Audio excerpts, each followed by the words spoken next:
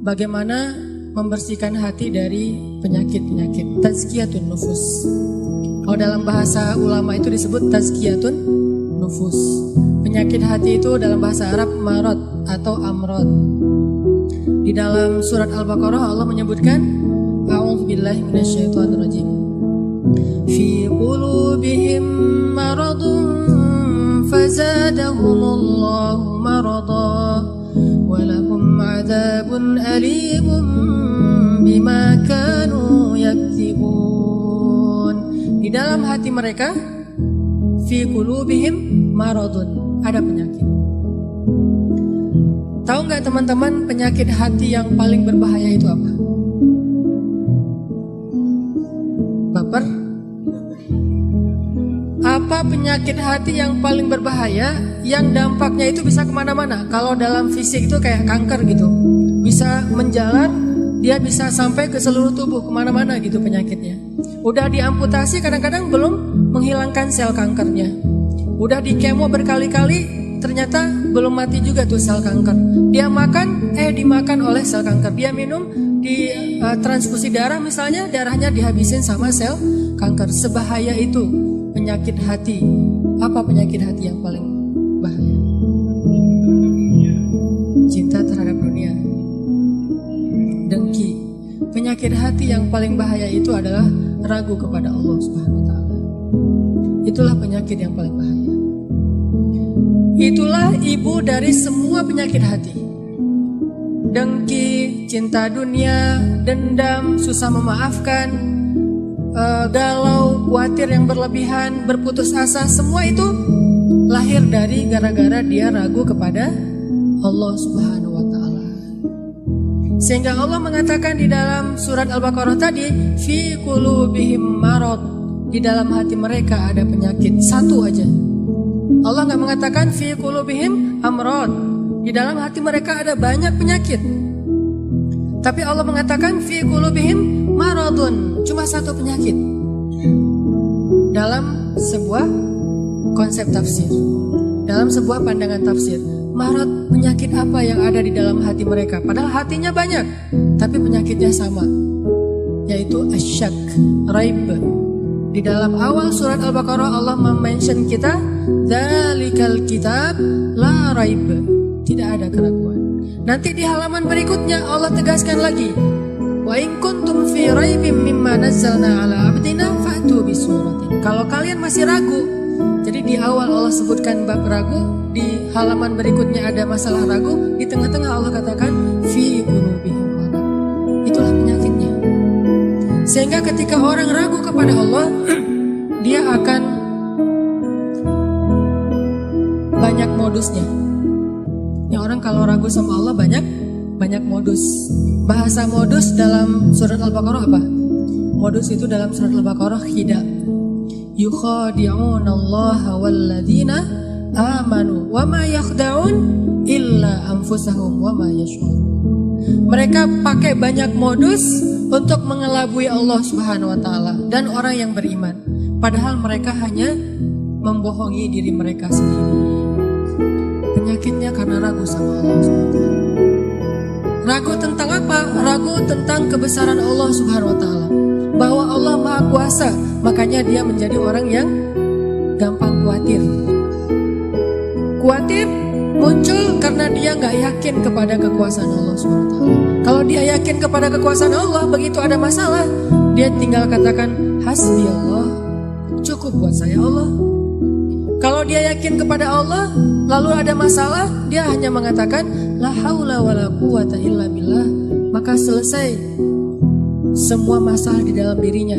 Walaupun mungkin masalahnya belum selesai, tapi dalam hatinya masalah itu udah selesai. Dan itu awal dari kebaikan. Jadi masalahnya adalah kita yakin gak nih sama Allah. Masalahnya adalah gimana cara kita keep the faith, belajar untuk menjaga terus keimanan dan keyakinan kita kepada Allah Subhanahu wa Ta'ala. Ini yang menjadi masalah kita dalam hidup.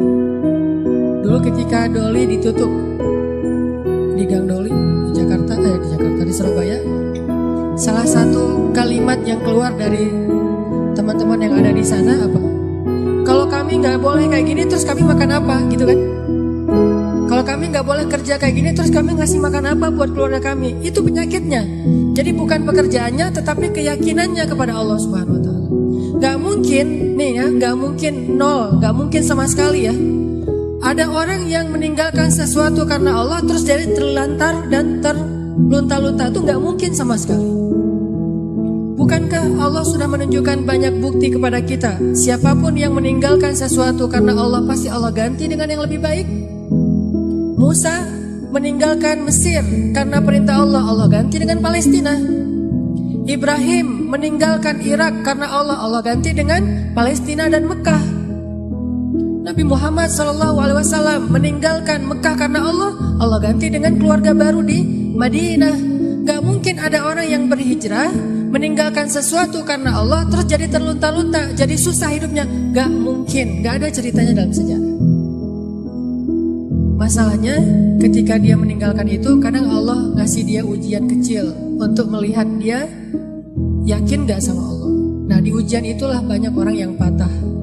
Banyak orang yang kemudian jadi seperti bangsa Bani Israel yang mengeluh terus bilang, duh kalau kayak gini mending saya balik lagi aja kayak dulu. Banyak orang yang ngomong kayak gini, mending saya balik lagi aja kayak dulu. Kayaknya hidup saya yang dulu lebih mudah daripada sekarang. Itu yang dikatakan Bani Israel ketika mereka menuju ke Palestina. Ketika mereka di tengah jalan, mereka bilang, tahu kayak gini kita mending balik lagi aja ke Mesir kayak di zaman Firaun. Ternyata sama aja nasib kita di tangan Firaun dengan di tangan Musa. Kenapa? Ragu kepada Allah Subhanahu Wa Taala. Tidaklah seseorang ragu kepada Allah kecuali akan bertambah keluhan dalam hidupnya. Nih pasti nih. Tidaklah seseorang makin ragu kepada Allah kecuali bertambah banyak keluhan-keluhannya dalam hidup. Semakin dia yakin kepada Allah, semakin sedikit dia mengeluh dalam hidupnya. Semakin yakin dia kepada Allah, semakin sedikit dia mengeluh dalam hidupnya.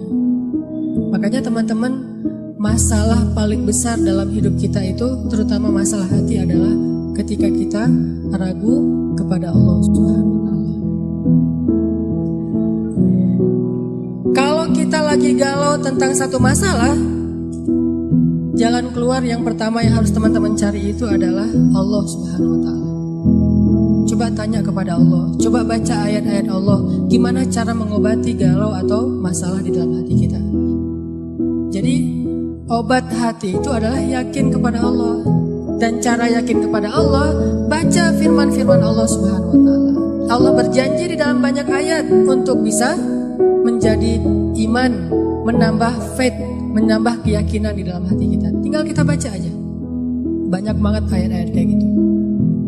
Teman-teman bisa baca minimal banget teman-teman bisa baca di surat Hud ayat 6. Coba baca surat Hud, surat 11 ayat 6. Ini juga ayat untuk ngecas iman kita.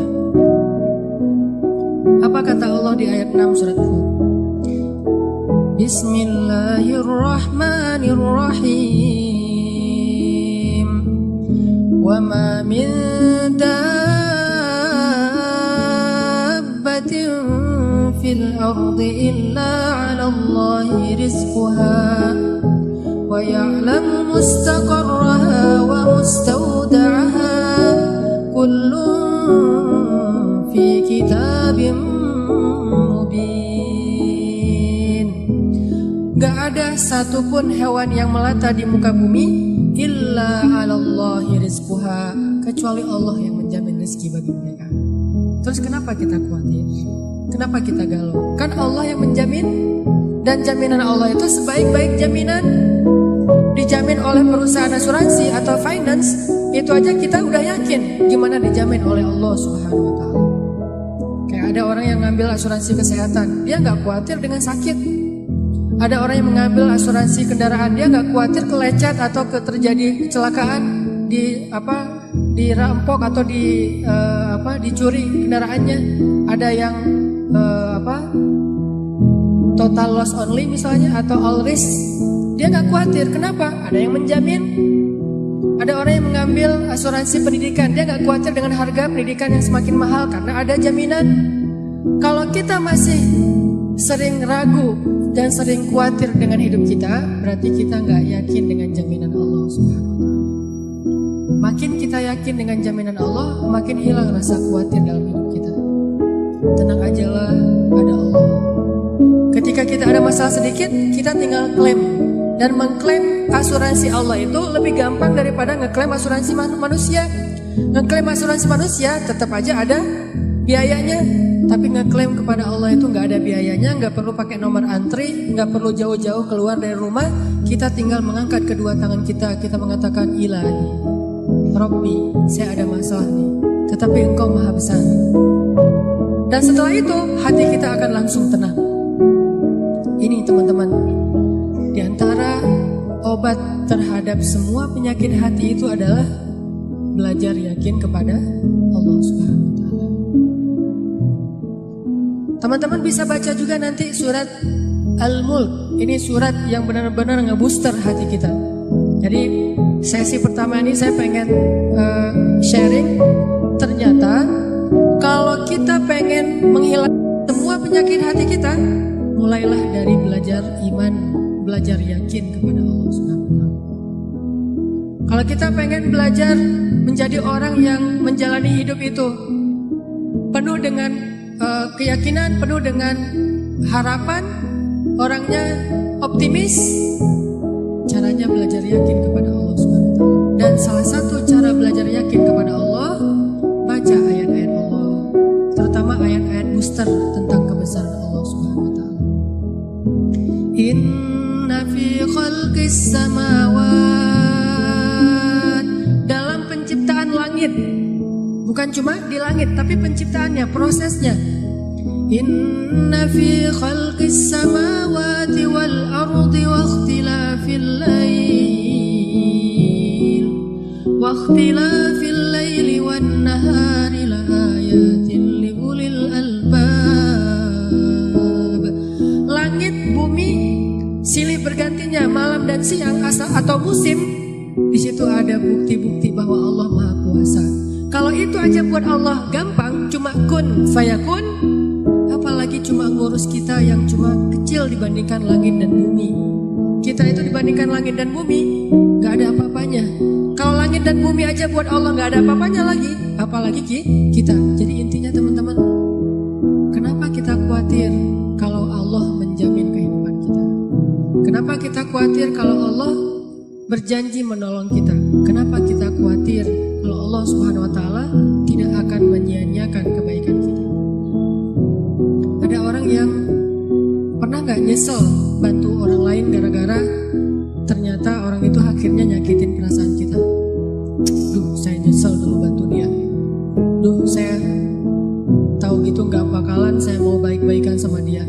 Duh, nyesel juga saya kemarin udah nolongin dia segala macam. Nyesel juga saya kemarin ngasih tahu ke dia. Ternyata ujung-ujungnya dia malah menyakiti saya, mengkhianati saya, nikung saya dari belakang.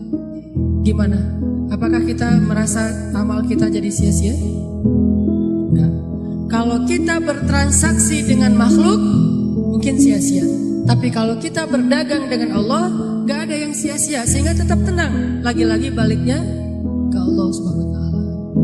Begitu kita merasa dikhianati, disakiti, ditikung, dianggap bukan siapa-siapa, gak ada apa-apanya, kita tinggal mengatakan hasbi Allah, bagi saya cukup balasan dari Allah Subhanahu wa Ta'ala, bukan balasan dari manusia. Ini teman-teman untuk sesi pertama tentang amradul qulub fi qulubihim marad. Salah satu penyebab kita sering gak nyaman dalam hati kita itu, dan kalau hati udah gak nyaman, pasti yang lain ikut gak nyaman. Coba, susah banget kan membedakan ekspresi wajah yang tidak sesuai dengan hati kita tuh susah. Tetap aja gak akan setulus kalau kita tersenyum dari hati. Senyum terpaksa itu beda banget. Kita pengen tersenyum tapi hati kita terluka, kan gak mudah itu buat kita. Makanya hati itu mempengaruhi seluruh kehidupan kita. Benarlah sabda Rasulullah, kalau dia baik semuanya ikut baik, kalau dia buruk semua ikut menjadi buruk, terpengaruh banget. Sehingga kalau kita pengen memperbaiki hidup kita, mulai dari memperbaiki hati kita. Dan awal dari memperbaiki hati itu adalah perbaiki yakin kita kepada Allah Subhanahu wa Ta'ala. Itu aja.